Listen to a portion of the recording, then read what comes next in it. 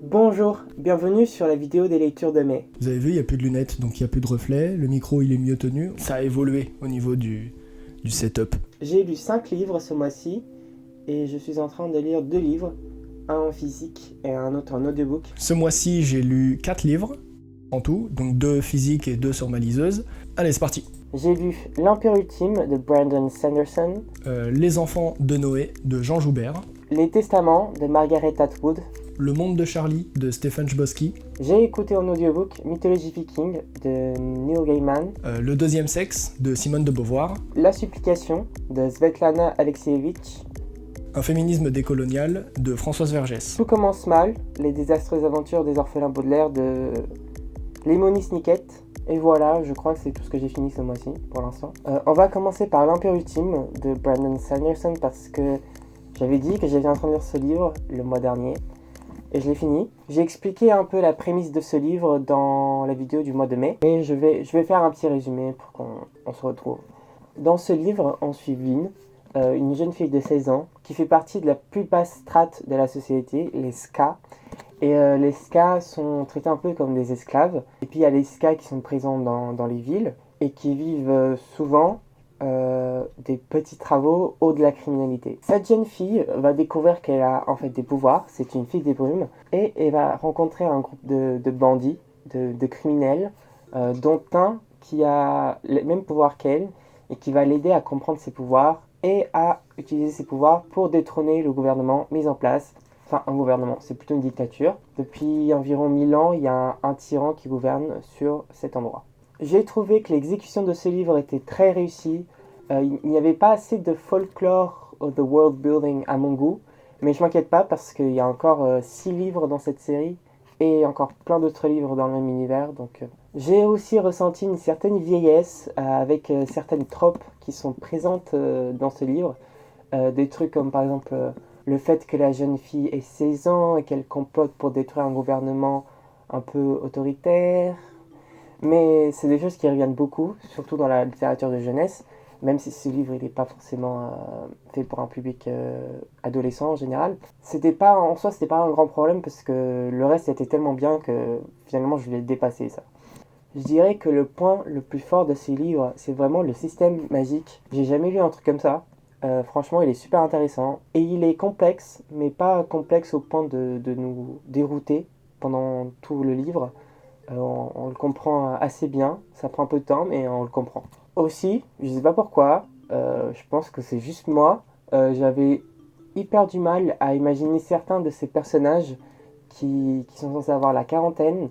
J'ai du mal à les imaginer avec la quarantaine, et du coup, je les imaginais souvent avec la vingtaine. Je pense que c'est en partie à cause du dialogue. Je trouve que le dialogue, il est pas assez mature des fois pour des adultes. Après, je sais pas, c'est peut-être parce que je lis trop de fantasy YA, et que du coup j'ai cette perception des personnages qui sont censés être plus jeunes en fait, parce que souvent dans la littérature de jeunesse, souvent on les rend plus jeunes. Et j'ai très hâte de lire la suite. J'ai le reste de la trilogie principale et je compte la lire bientôt, j'espère. Alors, Les enfants de Noé de Jean Joubert. Il faut savoir que ce livre, je l'ai trouvé dans une boîte à livres, donc j'en avais jamais entendu parler, et ça a été plutôt une bonne surprise. Voilà. L'histoire nous est racontée par Simon, qui est un gamin d'une dizaine d'années, qui vit avec ses parents dans un chalet à la montagne, et lors d'une tempête de neige particulièrement violente, leur maison se retrouve totalement ensevelie sous la neige, où en fait il leur est quasiment impossible d'aller à l'extérieur, d'aller avoir des provisions, d'avoir des informations sur ce qui se passe ailleurs dans le monde. Du coup, ils sont totalement confinés.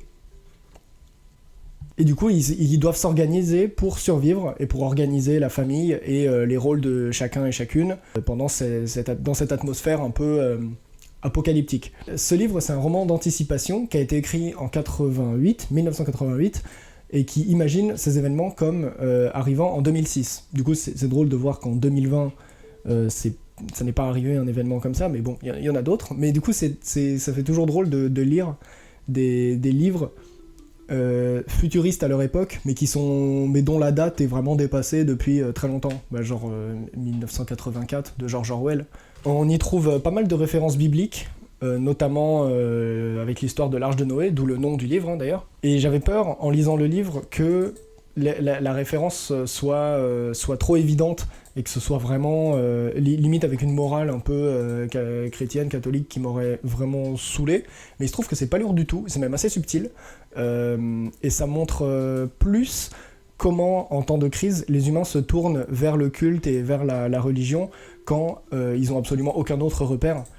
Donc finalement ce livre, j'ai trouvé qu'il était assez agréable, ça se lit facilement. Donc voilà, bonne surprise d'une boîte à livres, Les Enfants de Joubert, du coup je la remettrai dans une boîte à livres, c'est bien les boîtes à livres, allez-y, vraiment, c'est bien, c'est très très bien.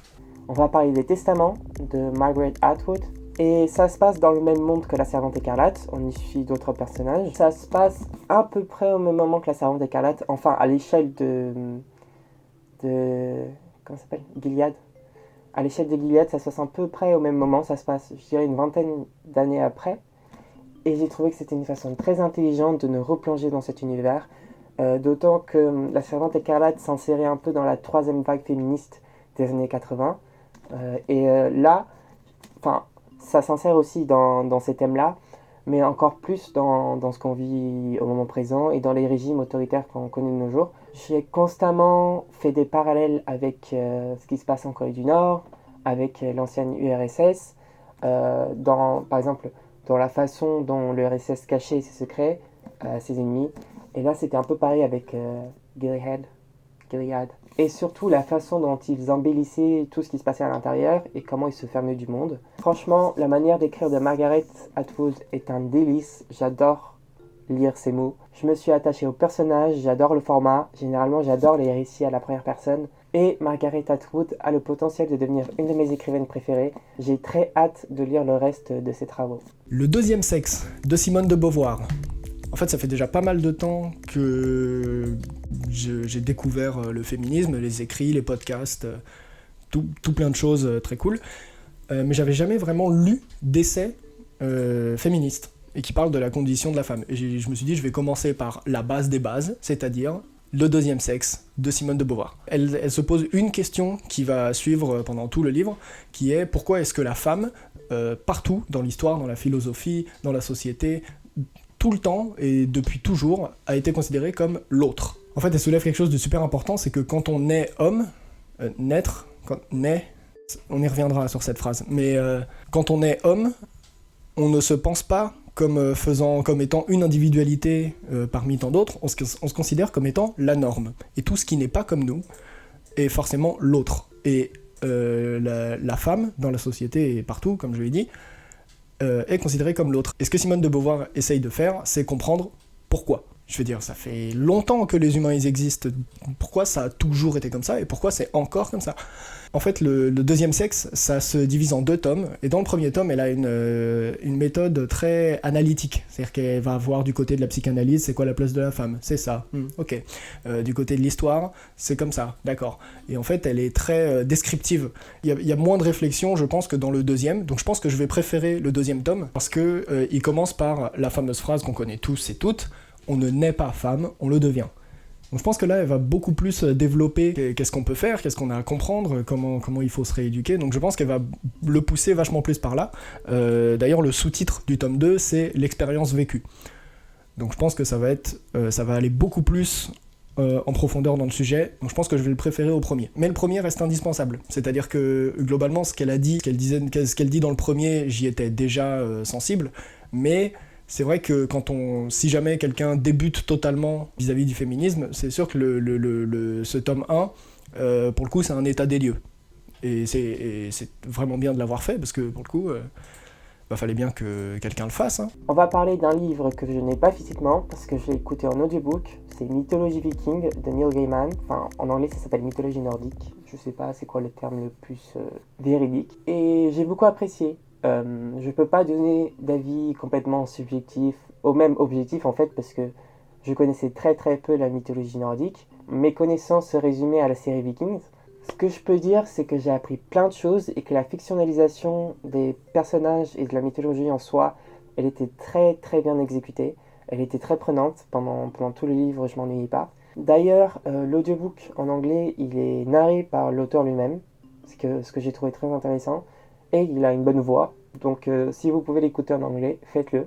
Un féminisme décolonial de Françoise Vergès. Lui, lui c'est un gros morceau, c'est un très très gros morceau. Un féminisme décolonial, c'est un essai de Françoise Vergès qui essaye de traiter à la fois la question du féminisme et à la fois la question des empires coloniaux, de l'héritage que la colonisation a laissé. J'ai trouvé que ce livre, c'était une super réponse à tous les détracteurs et les détractrices qui sont sûrement dans votre famille, dans vos amis, toutes ces personnes qui n'aiment pas les, entre guillemets, social justice warriors. Souvent ce qui est reproché, c'est « Ah mais tu peux pas être féministe et en même temps antiraciste et en même temps anticapitaliste et en même temps écologiste. Faut choisir à un moment, tu vois, tu peux pas être tout en même temps. » Guess what ? Tu peux en fait. Et ce livre, c'est une super référence pour ce qui est de la convergence des luttes.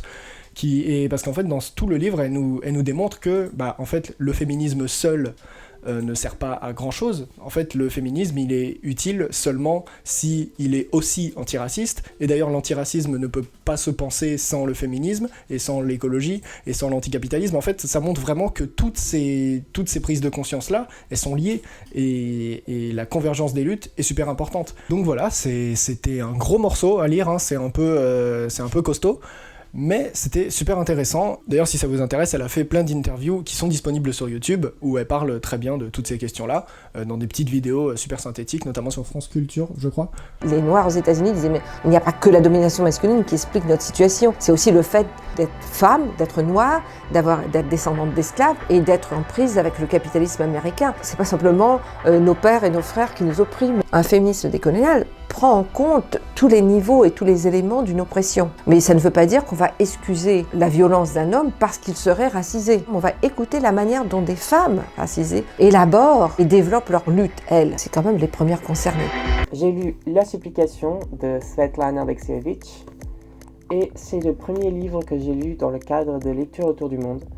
J'ai fait une vidéo d'annonce sur ce challenge, donc si vous voulez le voir, je le mettrai en barre d'infos. C'est un recueil de différentes personnes de différentes classes sociales atteintes par l'accident nucléaire que fut Tchernobyl dans les années 80. Et je pense que c'est vraiment quelque chose à lire, un peu au même titre que le journal Anne Frank par exemple. Je vous préviens, ce sont des témoignages très poignants, très bruts, très dépressifs. Ça m'a vraiment plongé dans une ambiance super noire. J'ai fait chialer plein de fois. Je pense qu'il faut y aller en sachant que vous n'allez pas être forcément la même personne après. Je vous en parlerai plus en détail lorsque je ferai mes vidéos de lecture autour du monde.